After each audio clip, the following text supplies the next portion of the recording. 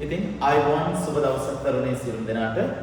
අපි අද දවසේදී පටන් ගන්නේ ආර්ථික විද්‍යා ප්‍රශ්න පත්‍රයේ හතරවෙනි ප්‍රශ්නය. ඒ වගේම විෂය නිර්දේශය තුළ තියෙන තරමක් ලකුණු ගන්න පහසු ප්‍රශ්නයක් බවට පත් වෙලා තියෙන පාඩමක්. ඒ තමයි නිෂ්පාදන න්‍යාය, නිෂ්පාදන පිරිවැය සහ වෙළඳපොළ ව්‍යුහය කියන පාඩම. ඉතින් අපි පාඩමට ප්‍රවිෂ්ඨ වෙමු. මම කිව්වා ඔයගොල්ලන්ට අපි කතා කරන්න දෙන නිෂ්පාදන න්‍යාය, නිෂ්පාදන පිරිවැය හා වෙළඳපොළ ව්‍යුහය. ඉතින් මේ පාඩම් තුන එකිනෙකට සම්බන්ධ වෙලා තියෙන්නේ. අපි ආරම්භයෙන් කතා කරමු මොකද මේ නිෂ්පාදන න්‍යාය කියන්නේ කියලා. මේ පාඩම අවසන් වෙනකොට අපි ඉගෙන ගන්නවා නිෂ්පාදන න්‍යාය කියන පාඩම. නිෂ්පාදනයේ නිර්වචනය කිරීම. නිෂ්පාදන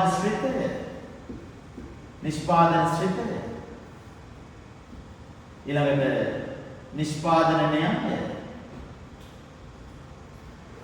කෙටි කාලීන නිෂ්පාදනය. ඊළඟට දිගු කාලීන නිෂ්පාදනය පිළිබඳ. විශේෂයෙන්ම කෙටි කාලීන නිෂ්පාදනයේ තුල අපි හීනමන ආන්තික පළදා නීතිය, දිගු කාලීන නිෂ්පාදනය තුල පරිමාණානුකූල පළ නීතියක් අපි විශේෂයෙන් අධ්‍යයනය කරනවා. මෙන්න මේක තමයි අද දවසේ අපේ ගමන් මඟ බවට පත් වෙන්නේ. මොහොතකට අපි නිෂ්පාදන පිරිවැය සහ වෙළඳපොළ ව්‍යුහය කියන එක සාකච්ඡාවෙන් බැහැර කරනවා. ඔව්. මොකක්ද නිෂ්පාදනය කරනවා කියලා කියන්නේ? අපි උදාහරණයක් ගත්තොත් උළු කැටයල් නිෂ්පාදනය කරනවා. උළු කැටය නිෂ්පාදනය කරන්නේ කොහොමද? පොළොවේ තියෙන පස් ටික අරගෙන ඒක මැටි බවට පත් කරලා ඒ මැටි වලින් උළු අච්චු වලට දාලා උළු හදලා ඒ උළු මද පවන වේලලා උළු ඊට පස්සේ පෝරණ උළු තැම්පත් කරලා ඊට පස්සේ උළු කුළුස්සලා මෙන්න මේ ක්‍රියාවලිය තමයි දරුවනේ නිෂ්පාදනය කියලා කියන්නේ. එහෙනම් මොකද නිෂ්පාදනය කියන එකට සරලව දෙන්න පුළුවන් නිර්වචනය? යෙදවුම් නිමෙවුම් බවට පත් කිරීමේ ක්‍රියාවලිය තමයි නිෂ්පාදනය කියන්නේ. The process which converts input into output. එහෙනම් යෙදවුම් නිමෙවුම් බවට පරිවර්තනය කිරීමේ ක්‍රියාවලිය මේ පරිවර්තන ක්‍රියාවලිය තමයි නිෂ්පාදනය කියලා කියන්නේ. හරියට නිකන් අපි අර මැටි, වතුර මේ සියල්ල උළු වච්චු මේවා පාවිච්චි කරලා අවසාන උළු කැටයක් හැදුවා වගේ. එතකොට මේ නිෂ්පාදන ශ්‍රිතය තුළ නිරූපණය කරන්නේ මේ යෙදවුම් සහ නිමෙවුම් අතර තියෙන තාක්ෂණික සම්බන්ධතාවය. නිෂ්පාදන ශ්‍රිතය. නිෂ්පාදනයේ අපි Q කියමු. තීරණය කරන සාධක තමයි ප්‍රාග්ධනය සහ ශ්‍රමය. එවන් නැත්නම් දරුවනේ ඔයගොල්ලන්ට මේක ලියන්න පුළුවන්. නිෂ්පාදනයේ තීරණය කරන සාධක ස්ථාවර සාධක සහ විචල්්‍ය සාධක. කැපිටල් නේ. ඊළඟට ලේබල් 1 නැත්නම් වේරියබල් ෆැක්ටර් කියලා අපිට දාන්න පුළුවන්. V. මගේ පහසු උදෙසා මම ඒක ප්‍රාග්ධනය සහ ශ්‍රමය මත තීරණය වෙනවා කියන කාරණේ තීරණය කරමු. එතකොට මොකද්ද නිෂ්පාදන ශ්‍රිතය කියන්නේ? යෙදවුම් හා නිමෙවුම් අතර පවතින තාක්ෂණික සම්බන්ධතාව. ඔබට පේනවා මෙතන F අකුරකින් නියෝජනය කරලා තියෙනවා මේ ශ්‍රිතික තාක්ෂණික සම්බන්ධතාවය. එහෙනම් යෙදවුම් නිමෙවුම් බවට පරිවර්තනය කිරීමේ ක්‍රියාවලිය නම් නිෂ්පාදනය කියලා කියන්නේ. එහෙනම් මේ යෙදවුම් නිමෙවුම් අතර තියෙන තාක්ෂණික සම්බන්ධතාවයට අපි කියනවා නිෂ්පාදන ශ්‍රිතය කියලා. ඒතර මොනවද ආයතනයේ තියෙන යෙදවුම්? ආයතනයේ තියෙන යෙදවුම් ගත්තාම දරුවනේ ආයතනයේ යෙදවුම් අපිට කොටස් දෙකකට බෙදන්න පුළුවන්. එකක් තමයි ස්ථාවර යෙදවුම් කියලා කියන දේ. දෙවෙනි එක මොනවද? විචල්්‍ය යෙදවුම් කියන එක. අපි උදාහරණයකට ගමු. පාන් නිෂ්පාදනය කරන බේකරියක්. බේකරියේ අපේ oven එක කියලා කියන්නේ ස්ථාවර සාධකයක්. ගොඩනැගිල්ල ස්ථාවර සාධකයක්. මොනවද විචල්්‍ය සාධක? පිටි විචල්්‍ය සාධක. ශ්‍රමය විචල්්‍ය සාධක. එහෙනම් ස්ථාවර සාධකය කියලා කියන්නේ ආයතනික කෙටි කාලයේදී විනාශ කරන්න බැරි සාධකය. හිට වෙනකොට අවන් එකක් වැඩි කරන්න බෑ. හිට වෙනකොට ගොඩනැගිල්ලක් හදන්න බෑ. ඒක තමයි ස්ථාවර සාධකය. විචල්්‍ය සාධක කියන්නේ කෙටි කාලයේදී වෙනස් කළ හැකි සාධක. ඉතින් මෙන්න මේ වෙනස් කරන්න පුළුවන් බැරි තත්ත්වය මත මේ නිෂ්පාදනය බෙදනවා අපි ප්‍රධාන ප්‍රභේද දෙකකට. එකක් තමයි කෙටි කාලීන නිෂ්පාදනය. කෙටි කාලීන නිෂ්පාදනය. දෙවෙනි එක මොකද්ද? දිගු කාලීන නිෂ්පාදනය. එතකොට මම ඔබට කිව්වා බෙදන්න පුළුවන් බැරි ලක්ෂණය මත කෙටි කාලීන නිෂ්පාදනය පිළිබඳව Q විනාශ කරන්න බැහැ ප්‍රාග්ධනය අපිට. හැබැයි ශ්‍රමය විනාශ කරන්න පුළුවන්. එහෙනම් කෙටි කාලීන නිෂ්පාදනය තුල විනාශ කරන්න බැරි දේවල් ස්ථාවර සාධක තියෙනවා. විනාශ කරන්න පුළුවන් සාධක විචල්්‍ය සාධක. එහෙනම් ඔබෙන් අහුවොත් කෙටි කාලය යන කොහොමද? ස්ථාවර හා විචල්්‍ය යන සාධක දෙවර්ගයක් දැකගත හැකි කාලයයි. ස්ථාවර සාධක නොවෙනස්ව තබාගෙන විචල්්‍ය සාධක පමණක් වෙනස් කරමින් නිෂ්පාදනය වෙනස් කළ හැකි කාලයයි. මේ සෑම නිර්වචනයකම කියන්නේ ස්ථාවර විචල්්‍ය කියලා සාධක දෙකක් තියෙනවා.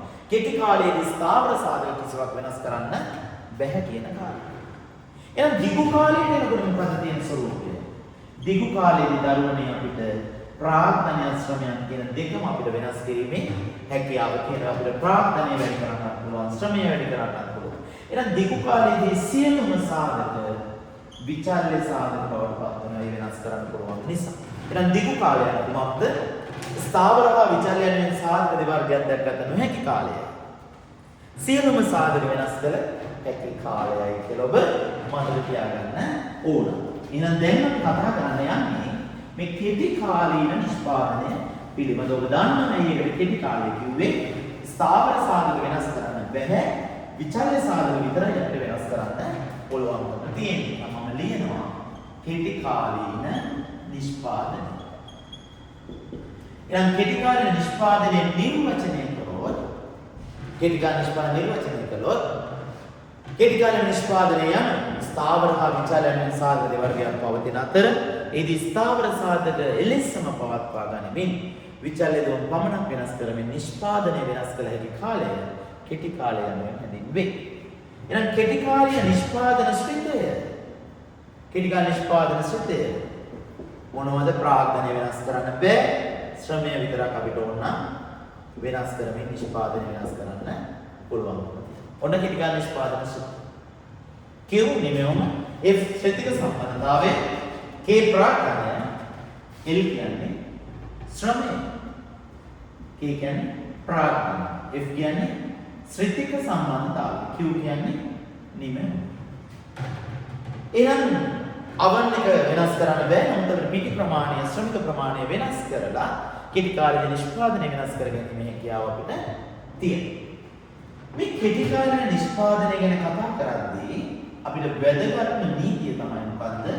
හීනවන ආන්තික ඵලදා නීතිය. හීනවන ආන්තික ඵලදා නීතිය.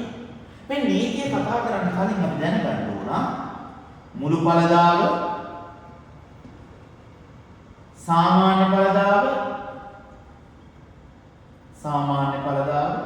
සහ ආන්තික ඵලදාව. ආන්තික ඵලදාව කියන සංකල්පය.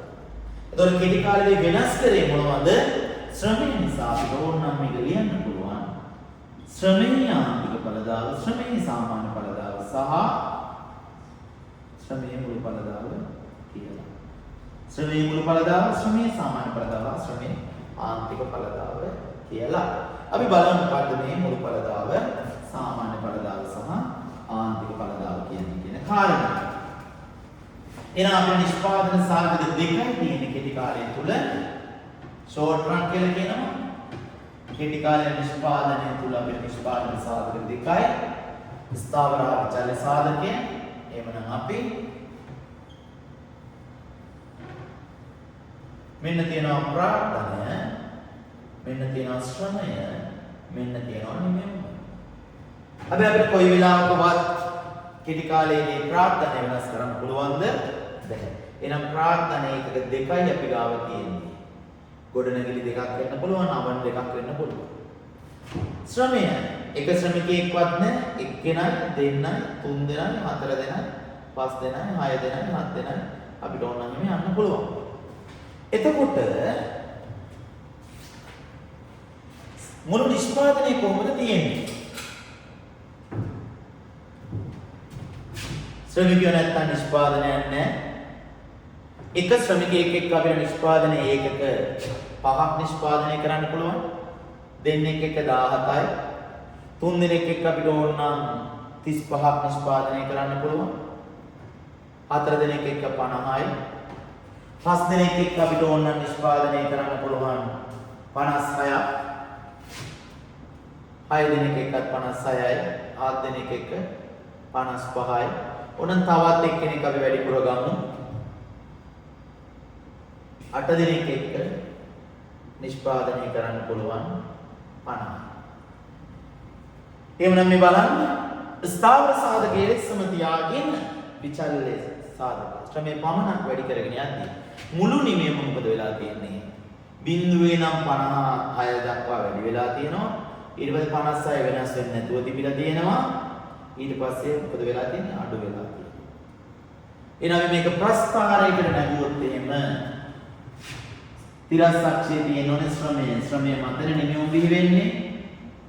නිමෙවුම් බිඳුව 1 2 3 4 5 6 7 8 මුළු පළදාව 5 10 15 20 25 30 35 40 45 50 ඔගොල්ලෝ නිරූපණය කරොත්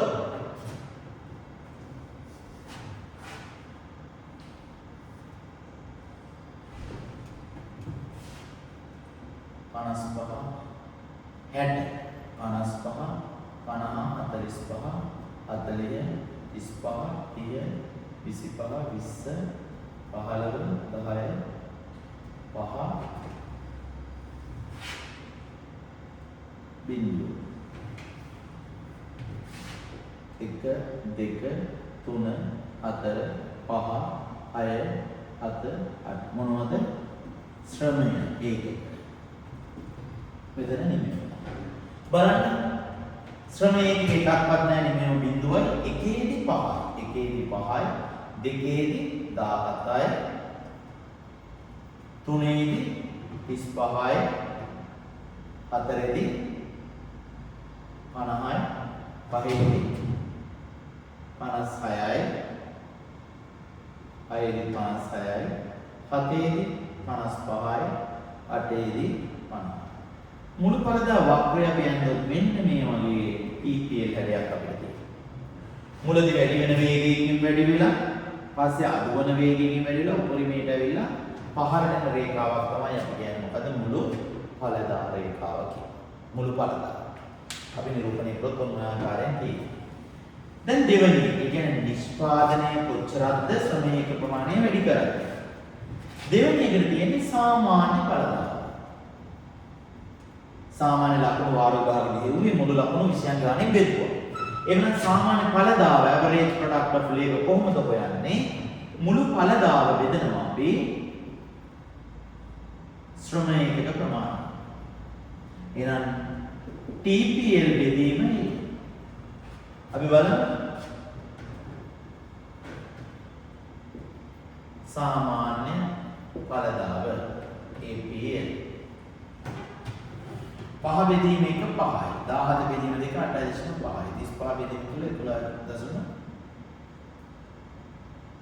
11.3යි 25 12.5යි 56ට 1යි 11යි 10.2යි නේ මෙන්න මේ වගේ තමයි සාමාන්‍ය පළදාව නිෂ්පාදනයේදී අපි ගණනය කරන්නේ. කොහොමද ගණනය කරේ?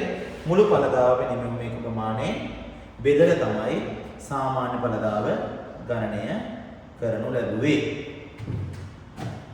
එහෙනම් ඒ වක්‍රය අපි නිරූපණය කරොත් ඒත් එහෙමයි මෙතන ශ්‍රමය මෙතන සාමාන්‍ය පළදාව. අපි නිරූපණය කරොත් අපිට මෙන්න මේ වගේ හැඩයකින් APL වක්‍රය නිර්මාණය කරගන්න පුළුවන්. ඇයි 5යි 8යි 5යි 11යි 12.5යි ආයෙත් 11.2යි මේ විදිහට තමයි සාමාන්‍ය පළදාව වක්‍රය. ඊළඟට අපි ආන්තික පළදාව කියන සංකල්පය. මොකද්ද ආන්තික පළදාව කියලා කියන්නේ? සාමාන්‍ය පළදාව කියන එකේ තේරුම එක ශ්‍රමිකයෙක් කොච්චර බිල් කරාද? එහෙනම් ආන්තික පළදාව කියන්නේ අතිරේකව ගත්ත ශ්‍රමිකයා කොච්චර අතිරේක නිමීමක් බිල් කරාද? එහෙනම් මුළු පළදාවේ වෙනස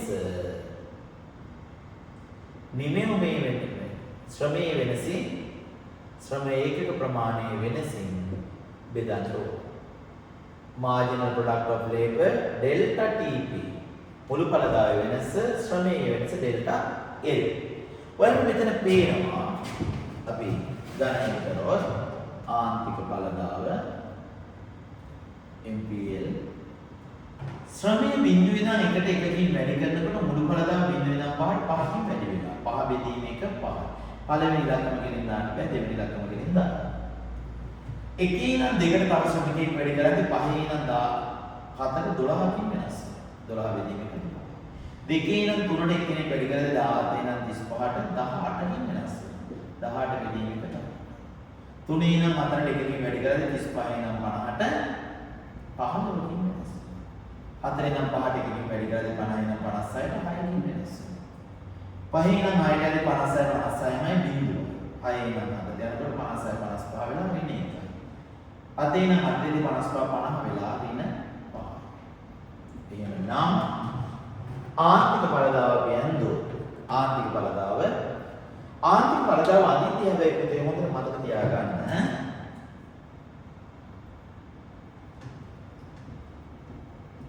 ආර්ථික පළදාව හොඳට මතක තියාගන්න. ශ්‍රමය බිඳුවේදී ආර්ථික පළදාවක් නැහැ. එහෙනම් ශ්‍රමය බිඳුවේ නම් එකට එනකොට තමයි 5. ඒ නිසා අපි දාන්නේ ඒක බිඳුවක් එකක් අතර 5යි. එකක් දෙකක් අතර 12යි. එකක් දෙකක් අතර 12යි. දෙකක් තුනක් අතර 18යි. 3යි 4යි අතර 15යි. 4යි 5යි අතර 6යි. ඔන්නයි. එහෙනම් MP ඇඳුත් එහෙම MP වක්‍රය ඔන්න ඔය විදිහට තමයි ගමන් කරන්නේ. මුළු පළදා වක්‍රයේ උපරිම ලක්ෂ්‍ය කපාගෙන තමයි MP වක්‍රය ගමන් කරලා තියෙන්නේ. එහෙමනම් මුළු පළදාව කිව්වේ ශ්‍රමය වැඩි කරනකොට සමස්ත නිමීම කොච්චරකින් වෙනස් වුණාද? සාමාන්‍ය පළදාව කිව්වේ මුළු පළදාව නිමීම මේක ප්‍රමාණයෙන් බෙදපුවාම එක් ශ්‍රමිකයෙක් බිහි කරන නිමීමේ වටිනාකම. ආන්තික පළදාව කිව්වේ අමතරේ සේවකයේ අතිරේකව එක ශ්‍රමයකයක් වැඩි කරද්දී මුළු පළදාව කොච්චරකින් වෙනස් වුණාද කියන එක තමයි ශ්‍රමයේ ආන්තික පළදාව කියලා කියන්නේ. එතකොට මොකද්ද මේ හීනවන ආන්තික පළදාව නීතිය කියලා කියන්නේ? මම ඒක ඉස්සලා ඔයාලට ඇඳලා පෙන්නන්නම්. අපි මේ ප්‍රස්තාර දෙක එකම කෙලින් මෙතන පළදාව මෙතන ශ්‍රමය මෙතන ශ්‍රමය මෙතන පළදාව ඒක APL හෝ MPL වෙන්න පුළුවන්. මෙතන TP වක්‍රය ගමන් කරේ ඔන්න ඔය විදිහට. දැන් අපිට අවශ්‍යයි AP සහ MP අඳින්න. හොඳට මතක තියාගන්න AP වක්‍රය ගමන් කරේ ඔන්න ඔය විදිහට. ආන්තික පළදා වක්‍රය MP වල උපරිම ලක්ෂ්‍ය කපාගෙන ගියා. මෙන්න මේ මුළු පළදාව උපරිම වෙන තැනදී මතක තියාගන්න මුළු පළදාව උපරිම වෙන තැනදී ආන්තික පළදාව ශූන්‍ය වෙන්න ඕනේ. මුළු පළදා වක්‍රය වගේ නෙවෙයි සාමාන්‍ය පළදා වක්‍රය උපරිම කපාගෙන තමයි MP ගමන් කරන්නේ. එහෙමනම් මෙන්න මේ විදිහට තමයි අපි අන්නේ මුළු පළදාව උපරිම වෙද්දී ආන්තික පළදාව ශූන්‍යයි. මුළු පළදාව අඩු වෙද්දී ආන්තික පළදාව ඍණ. ඉස්සලා ඒකලෙත් ඔබට අවබෝධ වෙන්න ඇති. එහෙමනම් මොකද්ද මේ හීනවන ආන්තික පළදාව කියලා කියන්නේ? අපි මෙන්න මෙතනින් ඉරක් ගන්නවා. එතනින් ගහපුවාම මේකට මම පළමු අදියර කියලා නම් කරන්නම්. මේක දෙවන අදියර. මේක තුන්වන අදියර. පළවෙනි අදියරේදී එක අදියරේදී TP මොකද වෙන්නේ? දෙවන අදියරේදී TP AP තුන්වන අදියරේදී TP AP M මොකද වෙන්නේ? පළමු අදියරේදී TP වැඩි වෙනවා. TP වැඩි වෙනවා. AP වැඩි වෙනවා. MP වැඩි වෙනවා. එහෙනම් මේකට කියනවා ඵලදාව වැඩි වෙමින් පවත්නා අදියර. දෙවෙනි අදියරේදී මොකද වෙන්නේ? TP අඩුවන වේගයකින් තමයි වැඩි වෙන්නේ. අඩුවන වේගයකින් වැඩි. AP මොකද වෙන්නේ? AP අඩු. MP තද.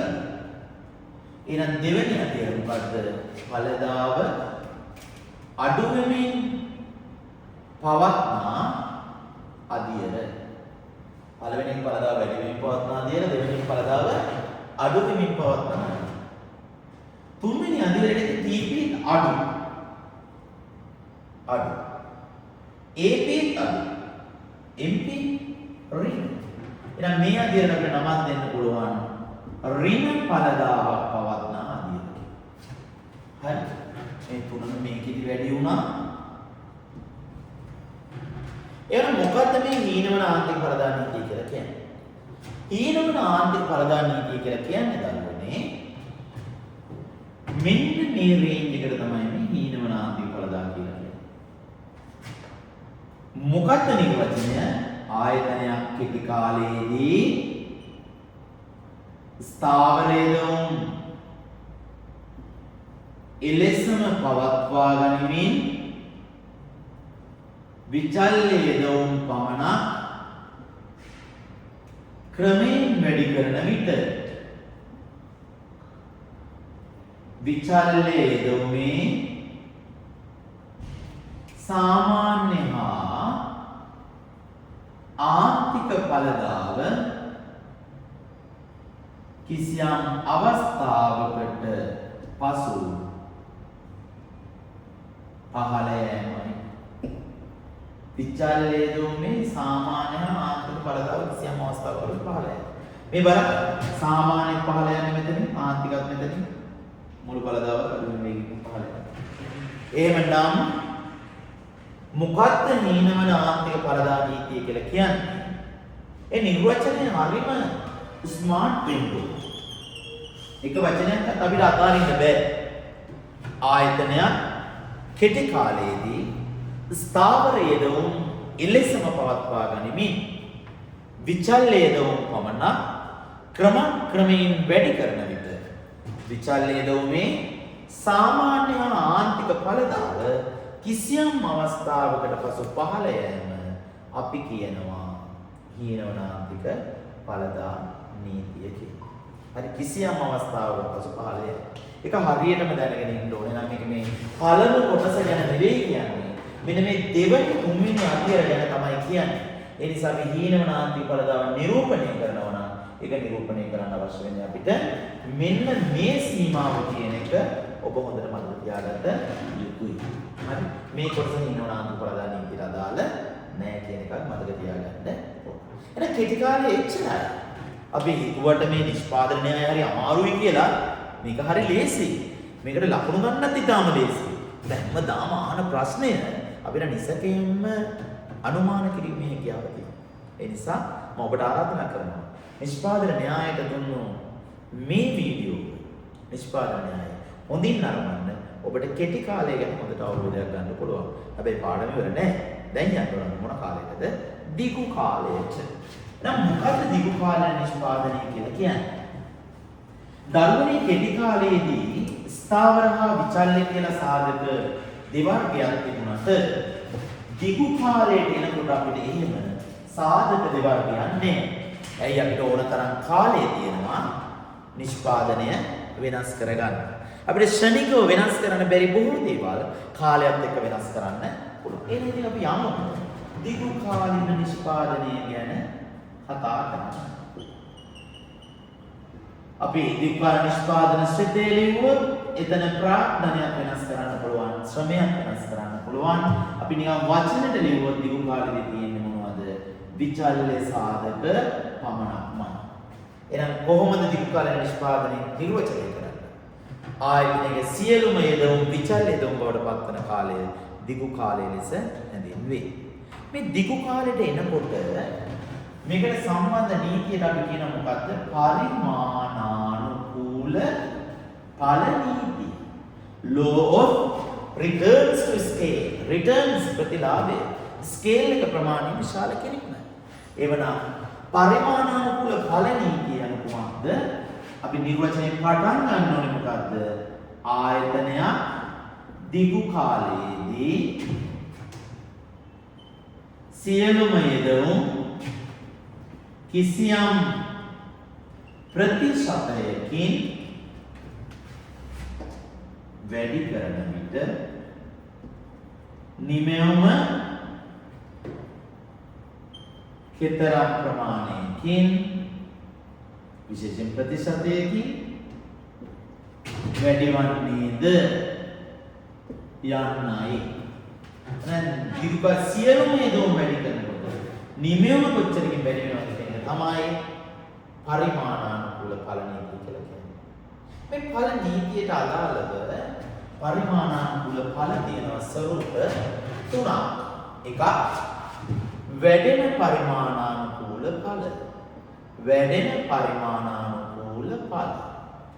දෙවෙනි එක ස්ථාවර පරිමාණානුකූල ඵල. තුන්වෙනි එක අඩුවන පරිමාණානුකූල ඵල. වැඩෙන ස්ථාවර හා අඩුවන හීන වෙන. මොකද වැඩෙන පරිමාණානුකූල ඵල කියලා කියන්නේ? යෙදවුම් වැඩි කරන ප්‍රතිශතයට වඩා වැඩි ප්‍රතිශතයකින් නිමෙවුම වැඩි වෙනවා.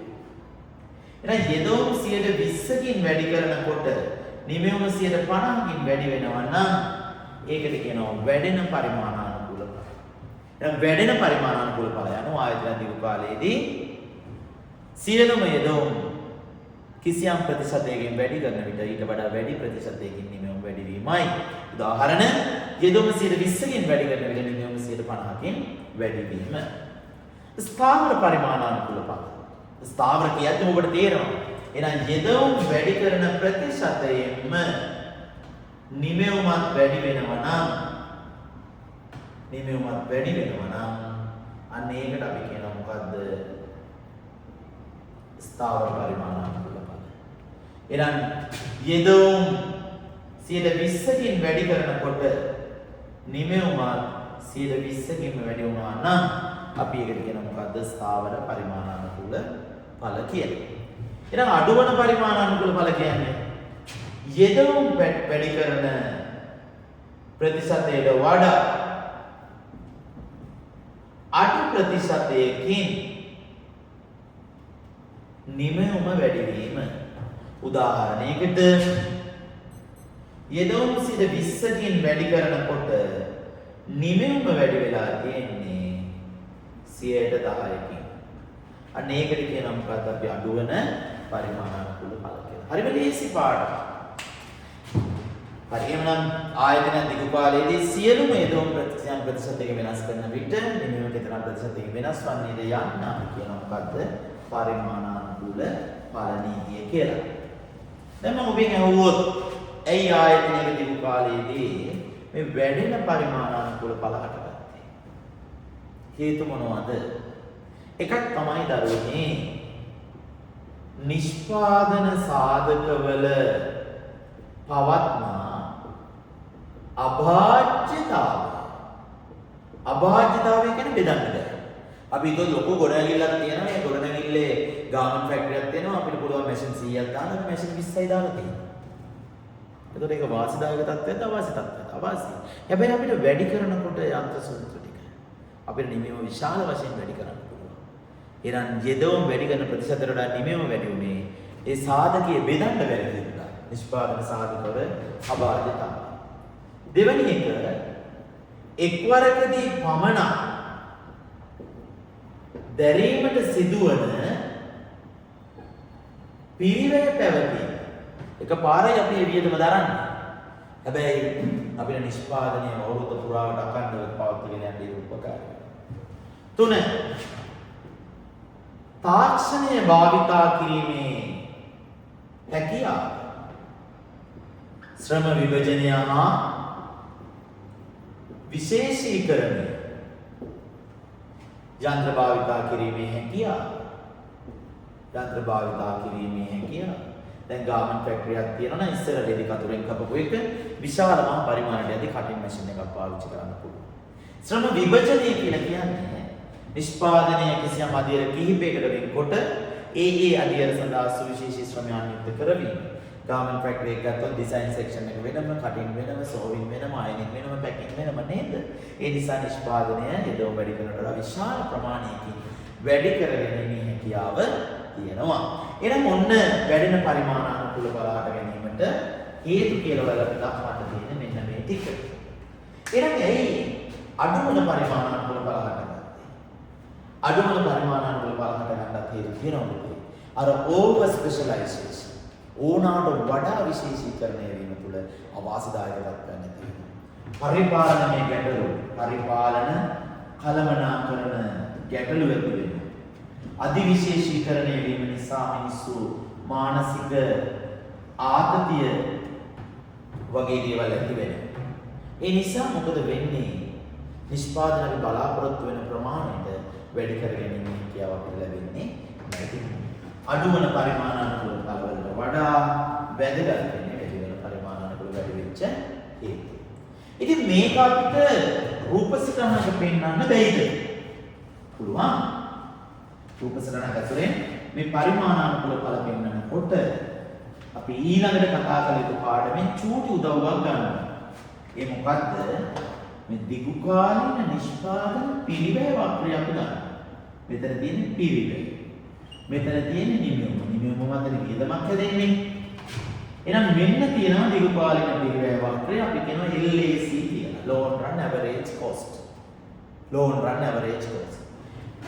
මෙන්න මේ දිගු කාලයේදී පුතේ පිරිවැය අඩු වේගෙන ගිහින් තියෙන මේක වහන්තර වක්‍රයක හැඩය දිගු කවර එක වගේ හැඩේ තියෙන නේද? මේ දිගු කාලයේදී පිරිවැය අඩුනේ ඇයි? වැඩෙන පරිමාණානුකූල ඵල නිසා. දිගු කාලයේදී පිරිවැය වැඩි වුණේ ඇයි? අඩුවන පරිමාණානුකූල ඵල නිසා. ඒත් වෙනස් නොවි තිබුණේ ඇයි? ස්ථාවර පරිමාණානුකූල ඵල නිසා. එහෙනම් නිමෙවුම Q0 දක්වා තියෙන වැඩෙන පරිමාණානුකූල ඵල, Q1 දක්වා තියෙන ස්ථාවර පරිමාණානුකූල ඵල, Q1 ඉඳන් ඉදිරියට තියෙන්නේ අඩුවන පරිමාණානුකූල ඵල. එහෙනම් මේ නිෂ්පාදන න්‍යායතල මොනවද ඉගෙන ගත්තේ? ඒ ඉගෙන ගත්ත නිෂ්පාදනය කියන්නේ මොකද්ද? යෙදවුම් නිමෙවුම අතර පවත්න සම්බන්ධතාවය නැත්නම් නිෂ්පාදන ශ්‍රිතය කියන්නේ මොකද්ද? කෙටි කාලීන නිෂ්පාදන ශ්‍රිතය මොකද්ද? මුළු පළදාව සාමාන්‍ය පළදාව ආන්තික පළදාව කියන්නේ මොකද්ද? ඊළඟට හීනවන ආන්තික පළදාව නීතිය කියන්නේ මොකද්ද? ඊළඟට අපි දිගු කාලයට ආව දිගු කාලේ නිර්වචනය කරා. වික්වා නිෂ්පාදන ශ්‍රිතය තුළ තියෙන විචල්්‍ය සාධක විතරයි කිව්වා. ඊළඟට අපි දිගු කාලේදී ක්‍රියාත්මක වන පරිමාණානුකූල ඵල නීතිය පිළිබඳව අධ්‍යයනය කරා. වැඩෙන පරිමාණානුකූල ඵල යෙදවුම වැඩි කරනට වඩා වැඩි ප්‍රතිශතයකින් නිමෙව වැඩි වීම දිගු කාලයේදී ස්ථාවර පරිමාණානුකූල ආයතනයක දිගු කාලයේදී යෙදවුම වැඩි කරන ප්‍රතිශතයෙන්ම නිමෙව වැඩි වීම අඩුවන පරිමාණානුකූල ඵල ආයතනයේ දිගු කාලයේදී යෙදවුම වැඩි කරනට වඩා අඩු ප්‍රතිශතයකින් නිමෙව වැඩි වීම මේ දේවල් පිළිබඳව කතා කරා. මට හිතනවා තව එක පොයින්ට් එකක් ඔයාලට කියලා දෙන්න. අර තුන්වෙනි ඇස දකින්න ඕන මේකේ. කෙටි කාලයේදී ස්ථාවර සාධක වෙනස් කරේ නැහැ විචල්්‍ය සාධක විතරයි වෙනස් කරේ. එහෙනම් කෙටි කාලීන නිමෙව නිෂ්පාදන සාධකයේ වෙච්ච විචල්්‍ය සාධකයේ කාර්යක්ෂමතාව තමයි බලන්නේ. හැබැයි දිගු කාලයේදී ස්ථාවර සාධකත් වෙනස් කරලා දැන් දිගු කාලයේදී අපි කාර්යක්ෂමතාවය බලලා තියෙන්නේ ස්ථාවර සාධකේ. ඕකත් චුට්ටක් මතක තියාගන්න අවශ්‍ය වෙලාවල් තියෙනවා. එහෙමනම් නිෂ්පාදන න්‍යාය මෙතනින් අපි අවසන් කරලා ඊළඟ පාඩමට ප්‍රවිෂ්ඨ වෙ යුතුයි. ඒ පාඩම මොකක්ද? අපි බලමු ඊළඟ වීඩියෝ